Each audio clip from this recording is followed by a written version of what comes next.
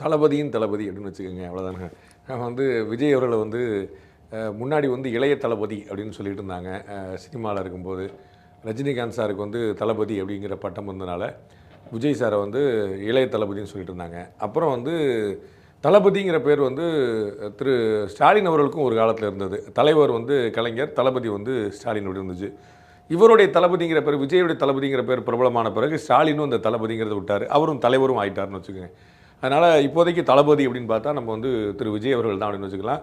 அவருடைய தளபதி ஆர்ஆர்னு பார்க்கலாம். இது வந்து ரொம்ப இன்ட்ரெஸ்டிங்கான ஒரு ட்விஸ்ட் இது பொலிட்டிக்கல் கேமில்.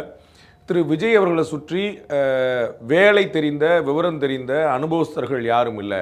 நம்ம வந்து விஜயகாந்த் அவர்களுக்கு பின்னாடி பண்ருட்டி ராமச்சந்திரன் போன்ற அனுபவஸ்தர்கள் இருந்தாங்க. பட் வந்து இப்போ விஜய்க்கு பின்னாடி அப்படி யாருமே இல்லை.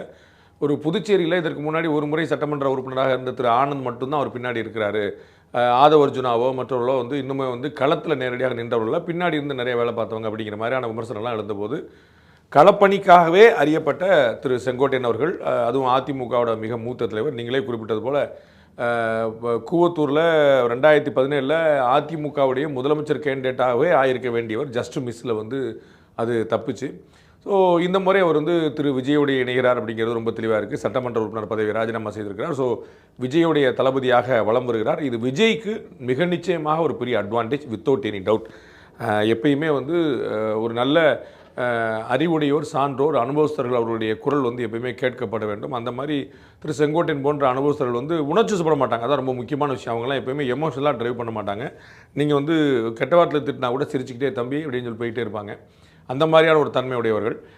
அவங்கள போன்றவர்களுடைய அனுபவ மொழிகள் வந்து திரு விஜய்க்கு வந்து ஒரு மிகப்பெரிய பலம். நம்ம புத்தர்கள் அவரோடு சேரும்போது என்ன ஆகும் அப்படிங்கிற கேள்வியை திரு பூங்குன்றன் எழுப்பியிருக்காரு. அதுபோல் வந்து மிக மூத்த அனுபவஸ்தராக இருக்கக்கூடிய, களப்பணியில் ஒரு ஸ்ட்ராங் ஹோல்டர் இருக்கக்கூடிய, தமிழ்நாடு முழுக்க பல முறை ட்ராவல் பண்ணியிருக்கக்கூடிய, நம்ம எல்லாருக்குமே தெரிந்தது போல் ஜெயலலிதா அவருடைய எலெக்ஷன் டூர் பிளானெல்லாம் வந்து முன்னாடியே போய் நிர்ணயித்து களத்தில் புல்லட்லேயே போய் பல இடங்களில் போய் பார்த்து செஞ்ச திரு செங்கோட்டையன் அவர்கள் வந்து திரு விஜயோடு சேர்வது விஜய்க்கு மிகப்பெரிய பலம்.